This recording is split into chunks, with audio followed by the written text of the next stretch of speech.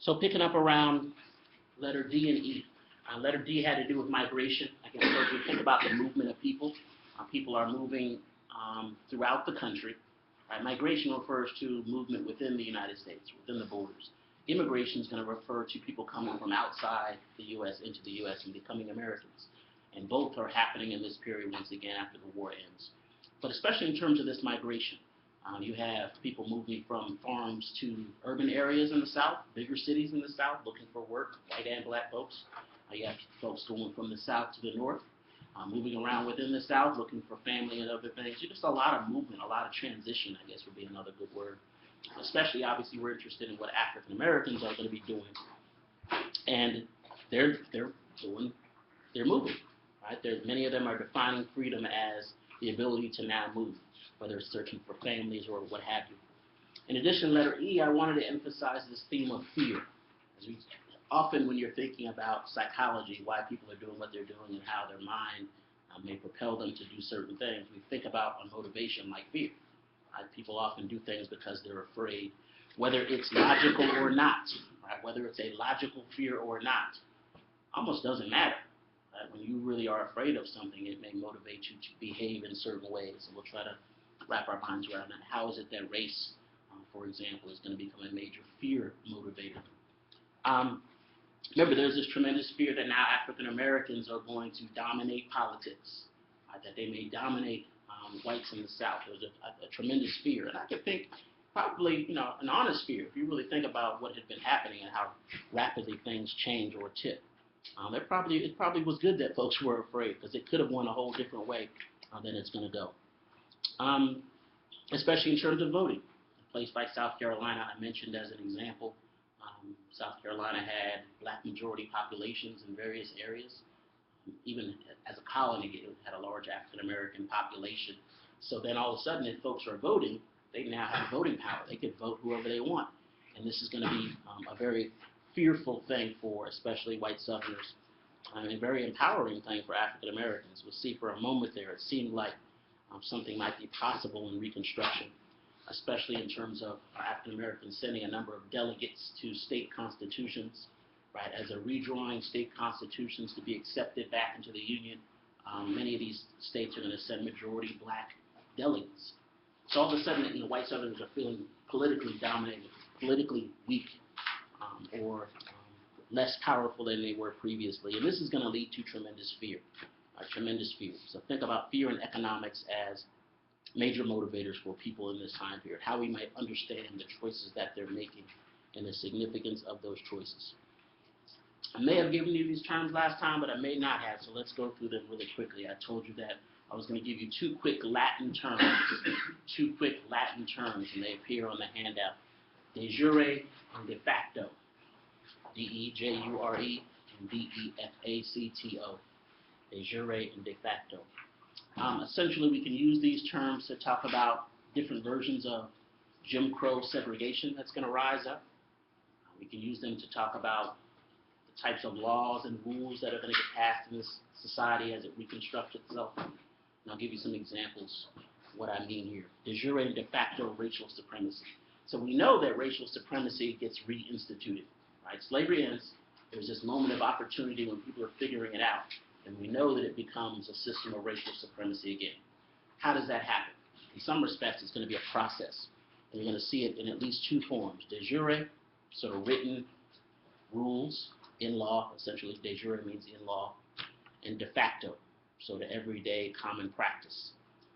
That's going to reinstitute white supremacy or racial supremacy. And I'll give you some examples so that this makes a little more sense. We're seeing over time, over the Reconstruction years, how there's an increasing hostility towards African American freedom. There's an increasing hostility towards African American freedom that's developing.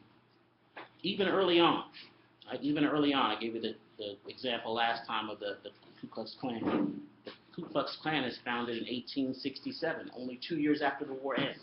Right in the early stages of Reconstruction, you get this organization that's founded, and it eventually sees itself as a defender of the white South. Right? Sees itself as a defender against African Americans, against white Northerners especially, coming down and forcing the South to do certain things. Right? So this Klan organization in some ways is going to epitomize this response to Reconstruction. They're really a de facto form. Right? They didn't have to make laws. Okay, there's the Klan now. Right? They used to appear with sheets and shotguns and fire and scare people, intimidate people, threaten people, beat them up, sometimes kill them. Right?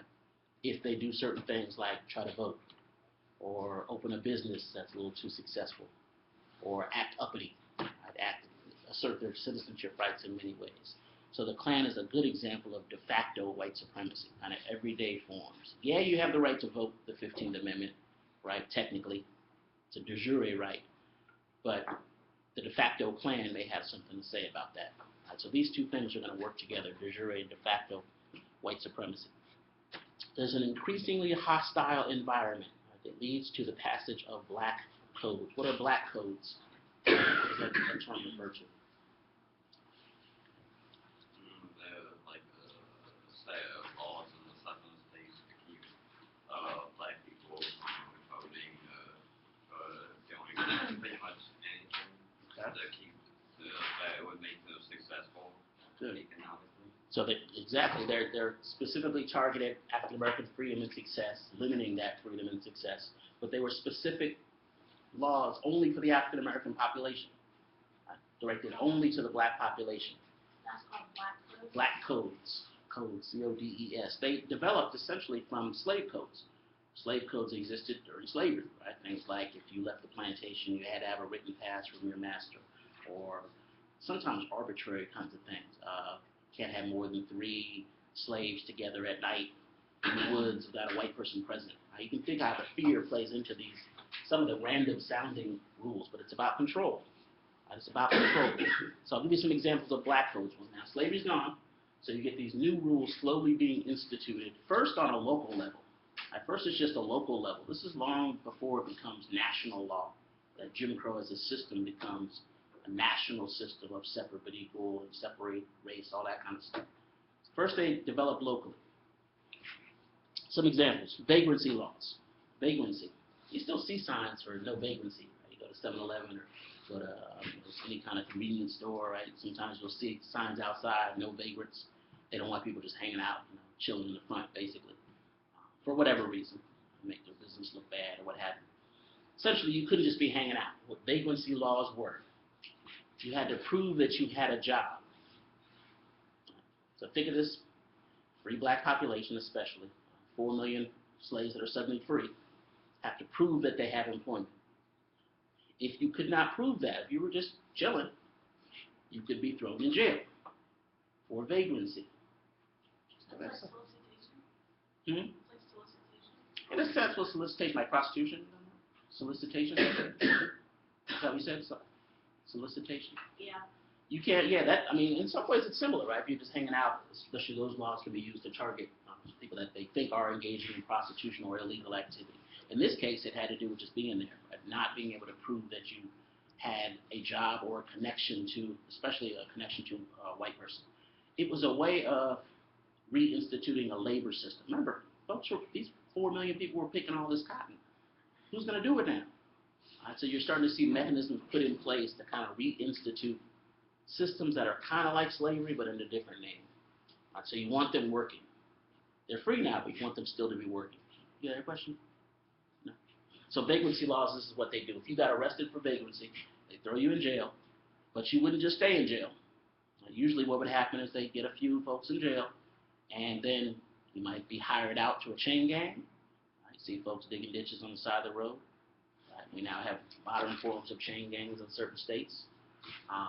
Or you could be in jail, and quite often what happened was former plantation owners came to the jail and said, I need 50 guys to work today. I need 50, give me 50 of your convicts, and they'll pick cotton today.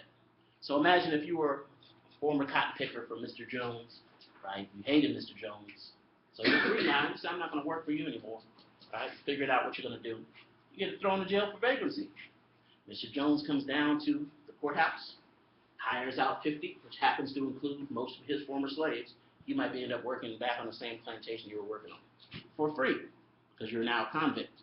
You're not a slave anymore technically, but you're a convict. So laws like vagrancy can be used essentially to reinstitute a form of slavery or unfree labor, because the South and the country really still needs the labor, but now slavery is ended. So you'll see how a lot of these have to do with fear or economics. That's what vagrancy laws were. Laws against property ownership or land ownership. In some certain areas, they passed laws that said African Americans cannot own land. If you are a farmer, if your only skill is agriculture, and you don't own land or can't own land legally, how do you feed your family? You have to work for somebody else. Sometimes you could find a white person and put the land in their name, somebody you want to really trust. Right? You're signing over 50 acres to them, they could be like, well, that's mine. So you make sure you really trust them, or find somebody that has land in a plantation and offer to work for them. This is one mechanism used again for limiting labor. Now, part of what's going to develop out of some of these laws is the system of sharecropping, which we'll read about in chapter 11 and 12, I believe, as well. Sharecropping. Sharecropping is kind of like what it sounds like. You share the crop. Now, remember the context. Just finished 4 years of destructive war. A lot of plantation owners are bankrupted by this conflict. Right? But they have land, and some of them can afford cotton seeds. So these plantation owners are like, look, I got all this land, I have nobody to work it. The freedmen are saying, look, I don't have land, but I have labor. I have the skill of harvesting cotton. Let's make a deal. Let's make a deal. I'm free now, like, as long as you understand that, but let's come to an arrangement. I'll work your land like I did before. Me and my family will stay here and work. How's that sound? Plantation owner might be like, well, no, that sounds good, but I don't have any money. I'm bankrupted. Just got done with the war. Okay, this is what we'll do. We'll share the crop. Me and my family will stay on your land and work it all year. Work all year for you. You provide the seed, you provide the tools, and then when the crop is done, we'll all get paid. That crop is done. Let's say we bring in 1,000 pounds of cotton. Let's say I'll take 500 pounds, you take 500 pounds. We both win. But if I don't work for you, it's not going to get planted, so you lose. And if I don't work, I can't feed myself. So let's make a deal. Share crop. Share the crop. Sounds good, right? That's a good deal? But it's not going to work out. It's not going to work out for various reasons. One, most former slaves that are working as sharecroppers are going to get ripped off, either directly or indirectly. One way that they get ripped off is they work all year, and at the end of the year, plantation owners say, well, I provided the seed, so you owe me $150 for the seed. I provided the tools, so you owe me $200 for those mules and that plow I let you use. You lived here in the cabin, so that's another $200. So you owe me, say, $600. I can't do the math. Say $600. But we only made $400 on the crop. So after your year of work, you end up owing them $200. So a lot of folks run the books up, especially when folks are, 90% of African Americans are illiterate coming out of slavery, not necessarily able to read and check out the contracts and do all the math. So they run up the numbers on them. This happens year after year. Because now you owe $200. Well, you got to stay another year. You got to work that $200 off. At the end of the second year, you owe $400. Third year, $600. You can't leave because now you're running out on a debt. Right? Now you might be convicted of that. So it really becomes this system of essentially re-enslaving folks. Another way that it didn't work out were some of these other black codes. Right? There were black codes that said things like African Americans cannot testify in court against a white person. Cannot testify in court. That seemed a little like too much like equality for some folks. Now remember, you got the 14th Amendment, right? Citizenship rights, due process. That's your de jure right to testify and appear in court. But these black codes are really taking away those rights slowly but surely. So let's say at the end of the year, okay, 1,000 pounds of cotton, let's split it down the middle. That's what we decided back in fall. Now spring comes, work all year, pick the cotton, harvest it. Owner keeps all the money. Oh, wait a second. We had a deal. We said, half and half, 50-50. I worked all year. Sue me. Oh, yeah, you can't. Can't testify in court against me. So both economically and legally, there are some problems in this system. There's some problems in this system. that we're going to see in black codes will be essential to reinforcing these divisions. Curfew laws, you know, a curfew, basically you have to be in at dark. Right? There's a fear of, especially African Americans, being out in groups after dark, so be in at dark, curfew. Guns, rules against having guns, right, having firearms. You don't want a displeased population with a whole bunch of guns. Disfranchisement, the term franchise means the right to vote. That term franchise, we think now mostly about business franchising, but at this point it meant the right to vote. So enfranchisement meant to get the right to vote, or disfranchisement, what do you think that means? Not having it, specifically people taking it away. Because remember, the 15th Amendment said you did have the franchise if you were a black male. But there are going to be various mechanisms, and we'll talk about a few here in a second, various ways of taking away that right to vote, various mechanisms of disfranchisement. Come back to that with letter G. And intimidation, good old-fashioned intimidation, right? Threatening folks, veiled threats. Okay, yeah, you might want to go vote, but something might happen to you on the way back. Or, if you go vote, you're fired. This happens to a lot of folks. They register to vote, go to work on Monday, and they're like, no, you no longer have a job. This is a way of keeping people disempowered or just threatening them. Black government officials in South Carolina given 15 days to resign in 1871. So if somebody shows up and basically says, you're here in 2 weeks, something might happen to you, essentially kicked out of office. Yes, sir. Well, what you voted Democratic, though? That's true, too. A lot of times they would curb, say a plantation owner had 500 folks working on his plantation. He sometimes would march all 500 down to the voting place and say, okay, you're going to vote Democratic. I'm like, no, I think I like the Republican candidate better. You're going to vote Democratic, right? So that was a way of essentially taking away one's right to vote or making them vote the way you want. It's a good point. Letter G, voting disfranchisement and the politics of politics. Republican politicians would appeal to black voters. I think I mentioned last time that the Republican Party was seen as the party of the freedmen. Lincoln is associated with the Republican Party. Many folks associated him with freedom. Even despite the complications we talked about, African Americans are going to vote Republican for the next 70 years, essentially pretty much until the 1930s to the Depression when they make the switch to the Democratic Party. So Republicans are like, this is great. All these new possible voters. Some Republicans are really working in favor of African Americans. They think, we need to make the society equal, especially the radical Republicans. Others are like, look, this is just a way to get some cheap votes. We don't really care about them. This is a way to punish the white South and the Democratic Party and win elections. As you know, politics is a dirty game, right? Various methods are used to keep blacks from the polls. Again, back to the de jure de facto we talked about. So we'll look at some de jure and de facto clauses. Grandfather clause. You mentioned grandfather clauses last time. What a grandfather clause was is it basically said, if your grandfather had the right to vote before 1865, then you have the right to vote. If your grandfather did not have the right to vote before 1865, then you don't have the right to vote. Now, who is going to be disfranchised mostly by a grandfather clause that said if your grandfather could vote in 1865, most African Americans were enslaved before then, right? So the grandparents wouldn't be able to vote. So this is a way of taking away the right to vote. That's what a grandfather clause is in this context. Other forms, literacy tests. Literacy tests basically said, okay, you can vote. You have the right to vote. That's fine.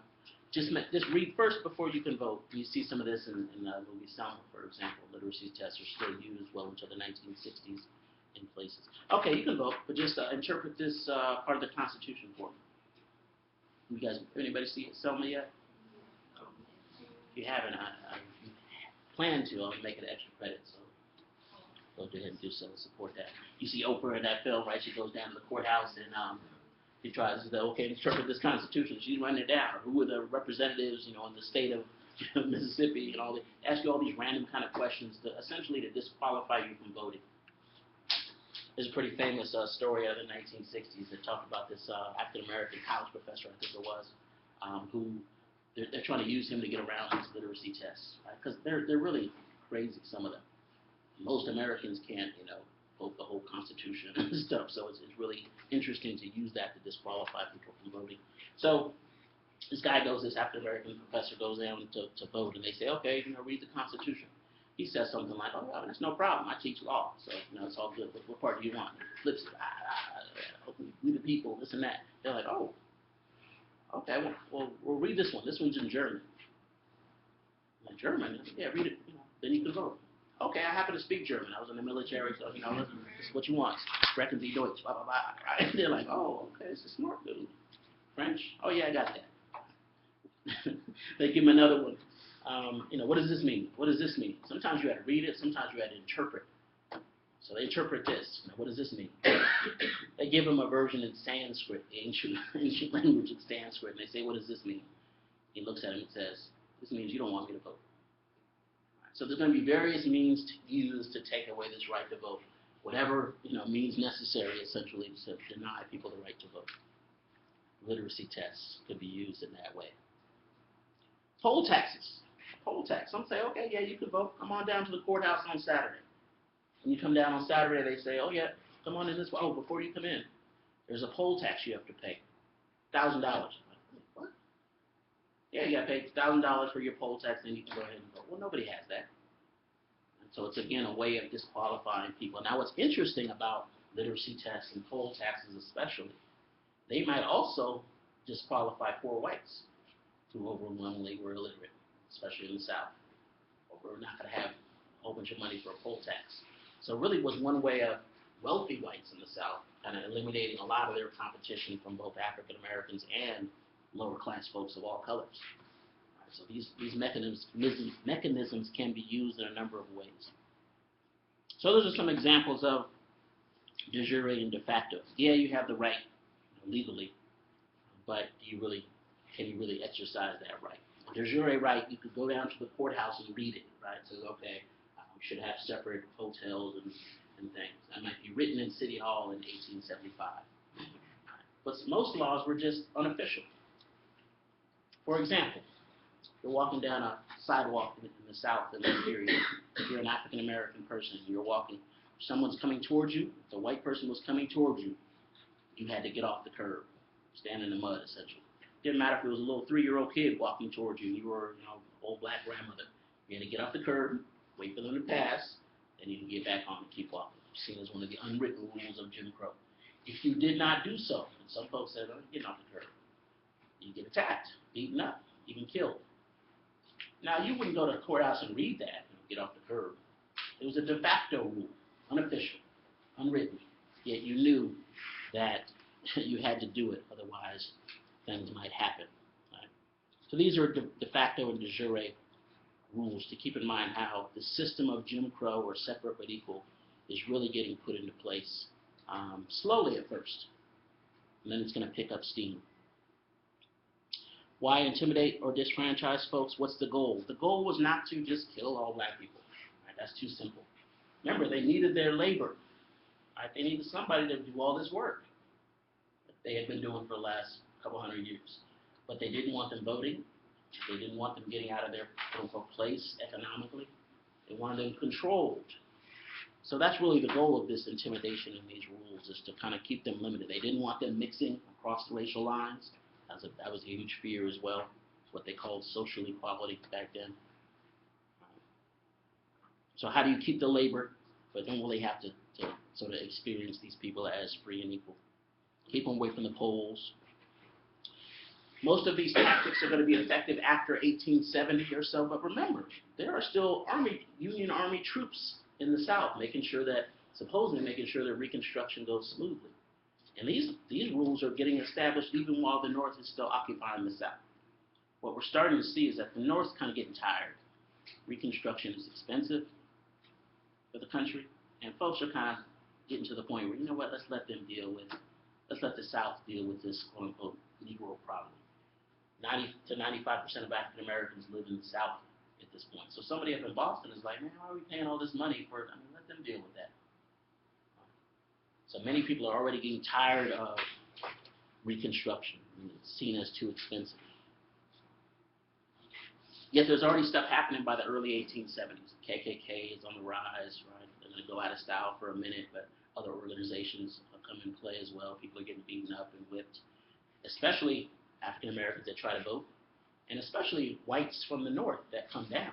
A lot of white Republicans that come north and try to either educate African Americans or help them vote or help them negotiate labor contracts. A lot of white Republicans get beaten up by the Klan as well, sometimes killed. It wasn't just black people that are going to be targeted. Anybody seen as trying to aid them. Do you remember about Thaddeus Stevens? Thaddeus Stevens, good example. I mean, this was in terms of violence towards whites. Right? Thaddeus Stevens is one of the radical Republicans, very much in favor of African American rights.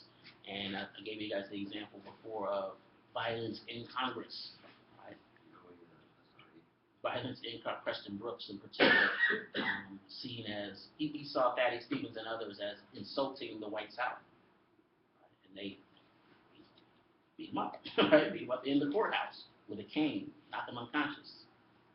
So this was serious stuff that folks were, and you can see the kind of level of fear. You can see the psychology. Folks feeling like they're really under attack. Like many of them feel like the war is not over. The war is not over. Again, if this stuff is happening with the Union troops there, you can imagine how it's really going to get bad once the Union troops leave. Right? Once the Union troops pack up and leave the South, we'll see here in a few years, it's kind of a free-for-all in terms of how African Americans are going to be treated. Now remember, we're setting all this up so we can look at how African Americans are going to respond to it. It's never enough just to look at how negative things work, because folks are going to resist it, folks are going to survive it, folks are going to find ways to flourish despite these difficult circumstances. But you can just imagine the tension. Right? You can imagine the tension in the air. End of Reconstruction, right? Sometimes called redemption, this idea of the South redeeming, the idea the South will rise again, these sorts of phrases. Sometimes it's called redemption. It's the end of Reconstruction. By about the mid-1870s, it's becoming clear that folks want Reconstruction to end. White North kind of wants it to end. White South has always wanted it to end. Right? Gradually, all pro-minority legislation is repealed, so you get these laws that have been helping African Americans that are slowly getting taken off the books or undermined by things like black codes. 1873, there's a major financial panic, or depression essentially, in the country. We know when money gets tight, right, folks start looking at what they're spending. Okay, we can't do this Reconstruction stuff anymore. Right, the budget's bad. So this plays a role. 1875, Reconstruction is over in all but name. They're really starting to find ways to get out of it. The presidential election of 1876 is a key tipping point in the end of Reconstruction. Presidential election of 1876. Basically what happens is you have Democrats and Republicans trying to win the White House. And both of them really want the White House. This is the overall goal. And it's a really close election, very close election, too close to call in many ways. Is it going to be a Republican candidate, a guy named Rutherford B. Hayes? Is it going to be the Democratic candidate, a guy named Samuel Tilden? They don't know at first. It's too close to call. So what do politicians usually do? Make a deal. Make a deal. The Republicans say, look, we really want the White House. And we know that you, Democrats, want the end of Reconstruction. You want us to leave you alone. So let's make a deal. Let us have the White House, this 1876 election, let it go to the Republican Party, and we will end Reconstruction. Pull the troops out, let you figure out this black problem yourselves. We'll go on home. What do you think the Democrats say to that? Cool. It's a godsend. It's exactly what we want. You could have had the White House. We just want to get you out of here. All right. So this is what they do. They kind of go in a back smoky room, make a deal. Rutherford B. Hayes becomes president of the United States and fulfills his promise to end Reconstruction. The troops are pulled out of the South completely by 1877. And so all this is really, really over by 1876 or 1877. Remember at the very beginning I was saying the dates for Reconstruction. You could say 1863 to 1877. You could say 1865 to 1876 with the election. These are the reasons why those dates are a little flexible. So Hayes is elected. Union troops are removed. This is when stuff's really going to get crazy. this sort of post-Reconstruction South, this post-Reconstruction America is really going to be a dangerous place. Because if stuff was this bad before, you can imagine what it's like now. By 1885, most southern states had laws requiring separate schools. Right? You're starting to see Jim Crow, separate but equal, put in place. Folks saying we don't want to go to the same schools as African Americans, we don't want to allow them into our schools. The decade between 1890 and 1900, we'll talk more about this later on. The most lynchings of African Americans of any decade occurs in that period. A high point for lynching is going to be the year 1892. 1892. Basically, someone's getting lynched every day. We'll talk more about that a little more specifically. Key tipping point, 1896, the Plessy versus Ferguson case passes. It's a Supreme Court case. So the Supreme Court in Washington, D.C., the law of the land, right? Plessy versus Ferguson case. What was the Plessy versus Ferguson case? Anybody know? What was it? It was about, I think, was it the NAACP? Not them yet. They're not there yet. But it's only people that eventually, people like-minded that would eventually form it. Another 15 years or so before that comes There's a up. little girl that went to school. No, close though. It'll be related. It's good. It's a good guess. It was about like a guy named Homer Plessy who was trying to test to see if the new laws would work. It was like I guess someone who kind of looked white, who was almost white, but had 1/8 of black in him. Yeah. Good. And he went up on the, I believe, a trolley, and then they arrested him, and then he tried the case in the Supreme Court, and then they said separate. They said it could be separate but equal at the same time. Good. Good. Very good summary. Case happens in New Orleans, a pretty complicated racial city and state. Like you said, Homer Plessy, he looks white, in fact. Blonde hair, blue-eyed looking guy, right? But he is 1/8 African-American blood, as we know in this country. At that point, 1 drop of African blood was seen as making you African-American. How could they tell that he was black though? Good question. How did they tell? He looks white. They knew him. Right? This was in New Orleans. He was from there, so they knew his family.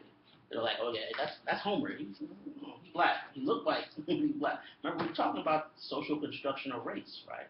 It's not about phenotypical biology. It's about what the society says about those things. So the fact that he looks white doesn't matter to them. Right? The idea is that separate but equal, as the phrase that comes out of this case, folks have to be separated based on race. They have to be separated based on race. And in fact, that's part of the reason why that group chose him. You were right about that. They're like, let's use Homer. Put him in the on the train in the whites only section. Right? That's gonna mess up their whole system because he's white. Right? He looks white. What are they gonna do with him? Well, they also know that his family is African American. So he is arrested and removed from the train. He sues. He says, you know what? I can sit in the white section. Goes all the way up to the Supreme Court over a 6-year period, and eventually he's going to lose. The Supreme Court says, no, we can have separate but equal accommodations. It says there's a white car and there's a black car. That's okay. That's legal. As long as they are separate and equal, essentially, is supposed to say. Now, as we know, accommodations are never going to be equal. They're always separate. So you have a school, like a nice-looking school, a school for white students, 3 floors, books and stuff. And then the school next to it for African Americans might have 1 room and no floor, no heat, and no books. And obviously, that's not equal. But that's how, that's what the court says, separate but equal. And you're right about the little girl, Linda Brown. What happens, this law is going to last in this country for about 60 years. It's not overturned until Brown versus Board of Education in 1954 for Linda Brown. Forces essentially integration of schools. So specifically, it's about public transportation. But this law is going to get applied to everything. So you're going to see separate hotels, separate drinking fountains, right? They use separate Bibles in court. Can't have folks touching the same Bible. This is how crazy. This is how serious it was for them. You have to have separate Bibles for folks to swear on, so you don't get contaminated. Basically, don't get the cooties. They didn't have any DNA back not at all. It's way before then. So it's interesting to think about, again, how race is socially constructed, and how it's going to take a while for folks to really work their way around these ideas.